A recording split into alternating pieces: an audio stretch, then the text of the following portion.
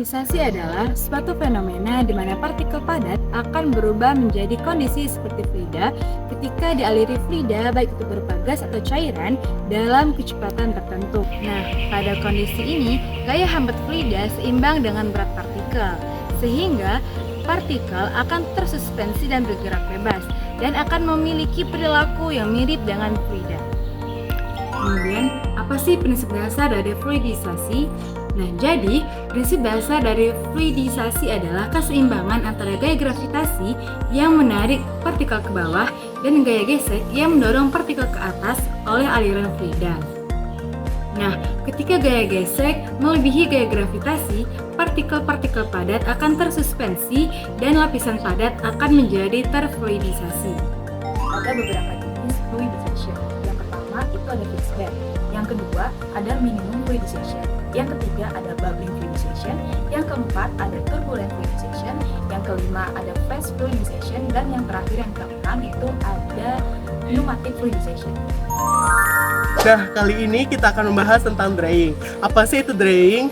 Drying adalah proses menghilangkan kadar kelembapan suatu bahan padat seperti partikel granular melalui proses penguapan. Nah, pada proses ini melibatkan heat transfer di mana cairan akan diuapkan dan dipindahkan ke lingkungan. Proses ini sering dilakukan di industri guna untuk mengurangi kadar air dan meningkatkan stabilitas produk. Nah, bagaimana sih prinsip dari drying ini? Seperti yang kita tahu tadi bahwa drying itu gunanya untuk menghilangkan kadar air, memindahkan air tersebut ke lingkungan. Maka, prinsip ini melibatkan dua, yaitu heat transfer dan mass transfer. Lalu, prinsip ini terjadi menjadi dua tahap. Tahap pertama terjadi pada laju konstan, di mana dapat kita lihat saat cairan diuapkan secara stabil. Lalu, tahap yang kedua itu laju menurun, terjadi pada saat cairan ketika diuapkan terjadi di pori-pori suatu material. Nah, prinsip ini sendiri memastikan proses penguapan itu berjalan secara efisien tanpa mengurangi atau merusak kualitas material.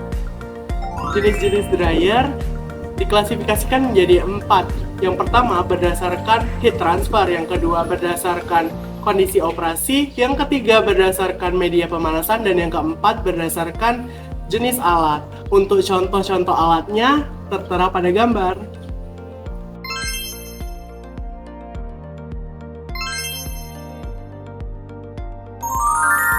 Terus selanjutnya yaitu pneumatic conveying. Jadi apa sih itu pneumatic conveying? Pneumatic conveying itu merupakan sistem transformasi material yang berbentuk seperti serbuk atau butiran kecil yang memanfaatkan aliran gas bertekanan seperti udara sebagai media pengangkut. Jadi sistem ini bekerja dengan memanfaatkan perbedaan tekanan atau kecepatan alirannya itu untuk menggerakkan material melalui pipa tertutup.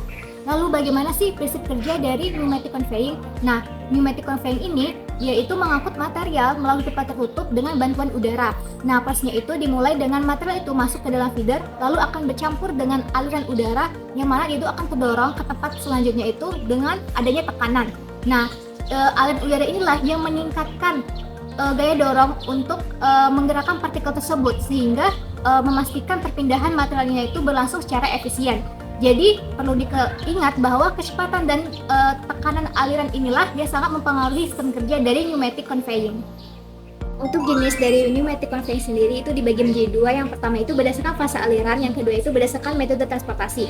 Nah, untuk yang pertama itu berdasarkan fase aliran itu ada dua jenis. Yang pertama itu dilate phase conveying, yaitu adalah fase terdispersi, yang mana ini meliputi vacuum conveying dan pressure conveying. Nah, yang kedua itu adalah dense phase conveying, yaitu fase padat yang meliputi moving bed flow, slope flow, dan loop flow. Nah, untuk jenis yang kedua itu berdasarkan metode transportasinya ada tiga. Yang pertama itu vacuum sistem, yang mana ini sistem yang cocok untuk jarak yang dekat dengan material ringan. Nah, yang kedua itu ada pressure system, yang mana ini cocok untuk jarak yang jauh dengan material yang berat. Dan ketiga itu adalah combined system, yang mana ini sistem yang menggabungkan dari vacuum system dan pressure system untuk meningkatkan fleksibilitas dari transportasinya.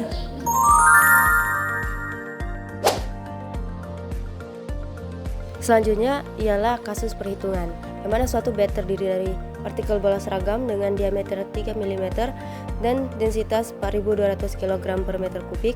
Berapakah kecepatan fluidisasi minimum UMF dalam cairan yang memiliki viskositas 3 mNs per meter kuadrat?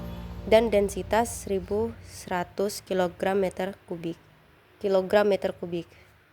Langkah pertama ialah menghitung bilangan Galileo, yang mana untuk menghitung seberapa besar pengaruh gaya berat terhadap hambatan fluida yang mempengaruhi apakah partikel bisa mulai bergerak atau terfluidisasi, yang mana hasil akhirnya itu ialah 1,003 dikali 10 pangkat 5. Oke, yang selanjutnya itu langkah kedua. Langkah ini bertujuan untuk menentukan bilangan Reynolds saat kondisi terfluidisasi minimum berdasarkan hasil GA dan nilai porositas seperti yang dilihat hasil akhirnya itu ialah 40. Dan setelah mengetahui RMF, kita bisa menghitung kecepatan minimum yang diperlukan agar partikel bisa mulai melayang dalam fluida.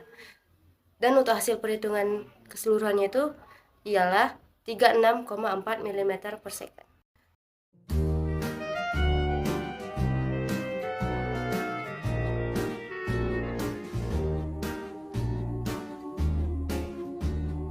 You got a friend in me.